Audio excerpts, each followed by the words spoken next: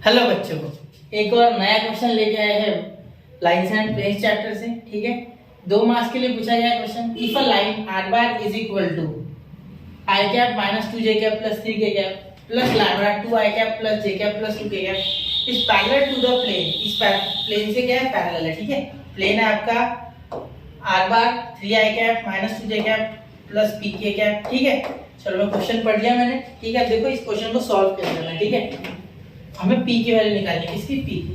Question मुश्किल नहीं है बेटा।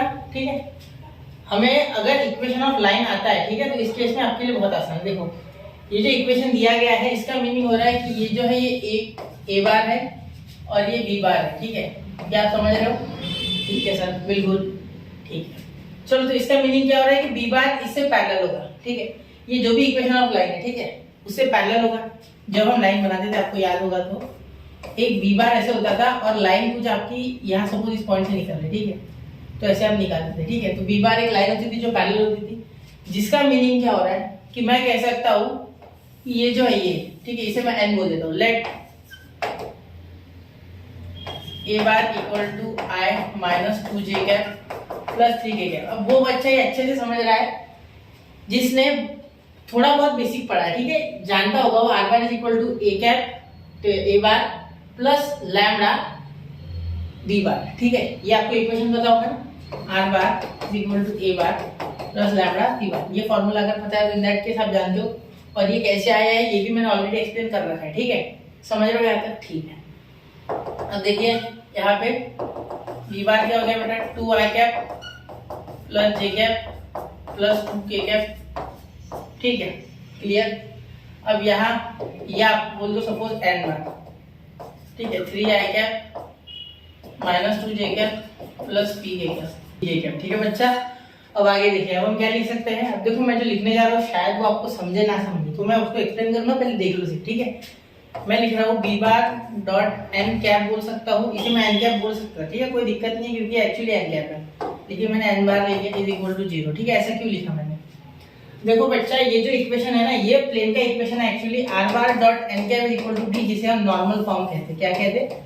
Normal form of equation of plane, normal form. ठीक है, अगर आप प्लेन्स और लाइंस के इक्वेशन से बहुत ज्यादा अच्छे से वाकिफ हो या जानते हो ये बातें, ठीक है, आप जानते हो, नोन हो उससे, तो आपको जानना होगा ये कि r bar dot n cap is equal to d ऐसा होता है, normal form of equation of plane. ठीक है, तो ये नॉर्मल यानी कि एक प्लेन होगा। ठीक है, कुछ ऐसा नॉर्मल होगा। ठीक है, इस पे जो कि 90 डिग्री पे सपोज। ठीक है, और इससे पैरेलल एक लाइन है। ठीक है, ये जो लाइन हमें दी गई है आर बार वाली जो भी है वो, ठीक है, तो ये समझो इनके बीच में तो 90 बनेगा ना, क्योंकि इससे अगर ये प्लेन से अगर पैरेलल है और ये अगर ये जो नॉर्मल है ये प्लेन पे नॉर्मल है तो इस पे भी नॉर्मल होगा, बिल्कुल। इसीलिए मैंने इन दोनों का मल्टीप्लाई ले लिया 0। ठीक है, समझ गए? तो बी बार ये क्या हो गया इसका, इससे एक पैरेलल लाइन है बी बार, तो इससे भी ये 90 हो गया। ठीक है, सिंपल बात है, और ये नॉर्मल, इसलिए मैंने इन दोनों का 0 ले लिया प्रोडक्ट, वो भी डॉट। ठीक है, क्योंकि cos 90 क्या होता है 0। समझ गया? बी बार देखो कहाँ लिखेंगे, ये देखो 2 i cap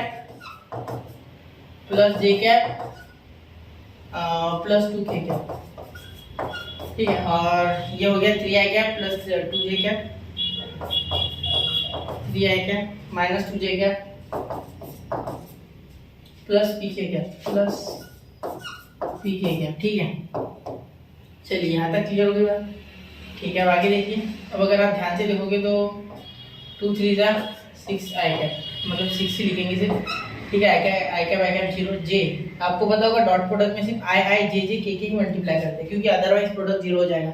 I into J 0, J into के 0, के इंटू जे 0। ठीक है, तो ये 6 और ये आ गया -2 और ये आ गया plus 2p is equal to 0, equal to 0 equal to 0। ठीक है, देयरफॉर ये क्या हो गया, पॉजिटिव का 4 plus 2p is equal to 0।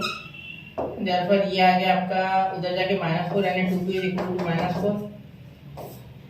Therefore p is equal to -4/2, therefore p is equal to -2। ठीक है, समझ रहे हो? क्लियर होगी बात? ध्यान में आएगा ना, बहुत आसान है, मुश्किल से बिल्कुल नहीं था, सिर्फ हमें सोचना था क्या हो रहा है, क्या होना चाहिए। ठीक है, चलिए नोट कर लीजिए 1 2 एंड 3 हो गया बच्चा।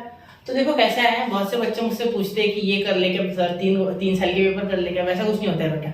3 साल के पेपर में क्या गारंटी कि वो अगले बार आएगा, वैसे कैसे। हाँ, कॉन्सेप्ट रिपीट होते हैं, क्वेश्चंस नहीं। ठीक है, इसलिए आपको वापस से कॉन्सेप्ट पढ़नी चाहिए। अभी देखो ये कॉन्सेप्ट के ऊपर बेस्ड क्वेश्चन है, ठीक है, ये कोई इसमें कोई रट्टा मारने वाली बात नहीं थी। मैथ्स आपको तब समझेगा जब आप दिल से सोचोगे, ठीक है, दिल से पढ़ोगे, ठीक है। तो मिलते हैं अगले लेक्चर में, पढ़ते रहे, आगे बढ़ते रहे। जय हिंद, जय भारत।